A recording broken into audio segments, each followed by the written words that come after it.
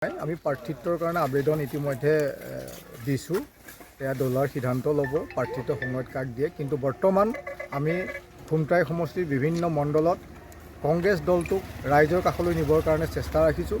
আপোনালোকে ইতিমধ্যেই জানে যে আমাৰ কংগ্ৰেছ দলৰ এটা কাৰ্যসূচী, আমাৰ মাননীয় সভাপতি গৌৰৱ গগৈদেৱৰ এটা সপোনৰ কাৰ্যসূচী যে কংগ্ৰেছৰ দলক ৰাইজৰ কাষলৈ লৈ যাব লাগে।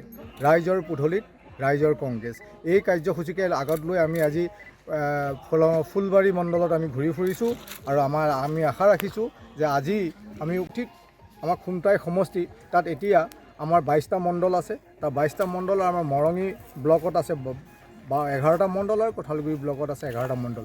ইতিমধ্যে আমি বিগত সময়ছোৱাত আমি বিভিন্ন মণ্ডলত, বিভিন্ন বুথত, গাঁৱে গাঁৱে ৰাইজৰ মাজলৈ আমি কংগ্ৰেছ দলৰটোক লৈ যাবলৈ আমি সক্ষম হৈছোঁ। কংগ্ৰেছ দলটো এইটো সমষ্টিত, বিশেষকৈ খুমটাই সমষ্টিত তৃণমূল পৰ্যায়ৰ পৰা এক শক্তিশালী স্থিতিত আছে। গতিকে আমি এইখিনিকে লৈ আমাৰ যিটো সাংগঠনিক ভেটি, সেই ভেটিক লৈ পেলাই আমি আগন্তুক দিনত বিধানসভা নিৰ্বাচনত আমি প্ৰতিনিধিত্ব আগবঢ়াম। আৰু বৰ্তমান চৰকাৰখনৰ যিটো ভ্ৰষ্টাচাৰ নীতি, যিটো দুৰ্নীতি, প্ৰবৰ্তন দুৰ্নীতি, তেওঁলোকৰ যিটো দমন নীতি, তেওঁলোকৰ যিটো শোষণ, তেওঁলোকৰ যিটো নিষ্পেষণ, স্বয়ং মুখ্যমন্ত্ৰীগৰাকীৰ যি এক প্ৰবৰ্তন দুৰ্নীতি আছে, এইবিলাকে আমাৰ হাতত এতিয়া অস্ত্ৰ।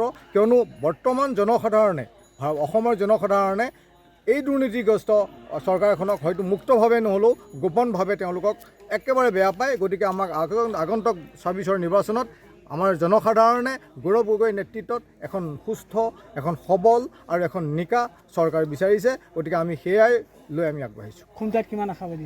আমি খুমটাইত আমাৰ দলীয় স্থিতি খুবেই ভাল। অন্য যিকোনো ৰাজনৈতিক দলতকৈ আমাৰ কংগ্ৰেছ দলৰ ইয়াত ভেটি খুব ভাল। তেওঁলোকে কেৱল আঁচনি ত্যাগেই দিয়ে, যি বিজেপিৰ ফ্লেগ উৰায়। তেওঁলোকে এয়া আপুনি যিটো ৰাস্তাত আমি আহিছোঁ, এতিয়া ৰাতিপুৱাৰ পৰা আমি এইটো মণ্ডলত ঘূৰি ফুৰিছোঁ, দেখিছোঁ ইয়াতে যে 100% ৰাস্তাই বেয়া, ইয়াত যাতায়াতৰ বাবে উপযোগী নহয়। আমাৰ বহু গাড়ী কোনোবা জেগাত ৰৈ গৈছে, ঠেলি পেলাই পাৰ কৰিবলগীয়া হৈছে। গতিকে উন্নয়নৰ নামত এইটো সমষ্টিত একো কৰিব পৰা নাই। গতিকে উন্নয়নৰ কাৰণে ইয়াৰ ৰাইজে এক পৰিৱৰ্তন বিচাৰিছে আৰু সেয়া কংগ্ৰেছক বিচাৰিছে। বিজেপিক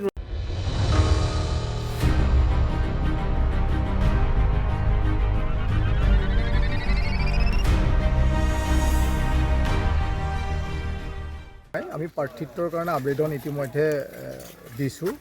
এয়া দলৰ সিদ্ধান্ত ল'ব প্ৰাৰ্থিত্ব সময়ত কাক দিয়ে। কিন্তু বৰ্তমান আমি খুমটাই সমষ্টিৰ বিভিন্ন মণ্ডলত কংগ্ৰেছ দলটোক ৰাইজৰ কাষলৈ নিবৰ কাৰণে চেষ্টা ৰাখিছোঁ। আপোনালোকে ইতিমধ্যেই জানে যে আমাৰ কংগ্ৰেছ দলৰ এটা কাৰ্যসূচী, আমাৰ মাননীয় সভাপতি গৌৰৱ গগৈদেৱৰ এটা সপোনৰ কাৰ্যসূচী যে কংগ্ৰেছৰ দলক ৰাইজৰ কাষলৈ লৈ যাব লাগে। ৰাইজৰ পদূলিত ৰাইজৰ কংগ্ৰেছ, এই কাৰ্যসূচীকে আগত লৈ আমি আজি ফুলবাৰী মণ্ডলত আমি ঘূৰি ফুৰিছোঁ আৰু আমি আশা ৰাখিছোঁ যে আজি আমি ঠিক আমাৰ খুমটাই সমষ্টি, তাত এতিয়া আমাৰ 22টা মণ্ডল আছে। তাৰ 22টা মণ্ডল আমাৰ মৰঙী ব্লকত আছে 11টা মণ্ডল আৰু কঠালগুৰি ব্লকত আছে 11টা মণ্ডল। ইতিমধ্যে আমি বিগত সময়ছোৱাত আমি বিভিন্ন মণ্ডলত, বিভিন্ন বুথত, গাঁৱে গাঁৱে ৰাইজৰ মাজলৈ আমি কংগ্ৰেছ দলৰটোক লৈ যাবলৈ আমি সক্ষম হৈছোঁ। কংগ্ৰেছ দলটো এইটো সমষ্টিত, বিশেষকৈ খুমটাই সমষ্টিত তৃণমূল পৰ্যায়ৰ পৰা এক শক্তিশালী স্থিতিত আছে। গতিকে আমি এইখিনিকে লৈ আমাৰ যিটো সাংগঠনিক ভেটি, সেই ভেটিক লৈ পেলাই আমি আগন্তুক দিনত বিধানসভা নিৰ্বাচনত আমি প্ৰতিনিধিত্ব আগবঢ়াম। আৰু বৰ্তমান চৰকাৰখনৰ যিটো ভ্ৰষ্টাচাৰ নীতি, যিটো দুৰ্নীতি, প্ৰবৰ্তন দুৰ্নীতি, তেওঁলোকৰ যিটো দমন নীতি, তেওঁলোকৰ যিটো শোষণ, তেওঁলোকৰ যিটো নিষ্পেষণ, স্বয়ং মুখ্যমন্ত্ৰীগৰাকীৰ যি এক প্ৰবৰ্তন দুৰ্নীতি আছে, এইবিলাকে আমাৰ হাতত এতিয়া অস্ত্ৰ। কিয়নো বৰ্তমান জনসাধাৰণে, অসমৰ জনসাধাৰণে এই দুৰ্নীতিগ্ৰস্ত চৰকাৰখনক হয়তো মুক্তভাৱে নহ'লেও গোপনভাৱে তেওঁলোকক একেবাৰে বেয়া পায়। গতিকে আমাক আগন্তুক 24ৰ নিৰ্বাচনত আমাৰ জনসাধাৰণে গৌৰৱ গগৈৰ নেতৃত্বত এখন সুস্থ, এখন সবল আৰু এখন নিকা চৰকাৰ বিচাৰিছে। গতিকে আমি সেয়াই লৈ আমি আগবাঢ়িছোঁ। খুমটাইত কিমান আশাবাদী? আমি খুমটাইত আমাৰ দলীয় স্থিতি খুবেই ভাল। অন্য যিকোনো ৰাজনৈতিক দলতকৈ আমাৰ কংগ্ৰেছ দলৰ ইয়াত ভেটি খুব ভাল। তেওঁলোকে কেৱল আঁচনি ত্যাগেই দিয়ে, যি বিজেপিৰ ফ্লেগ উৰায়।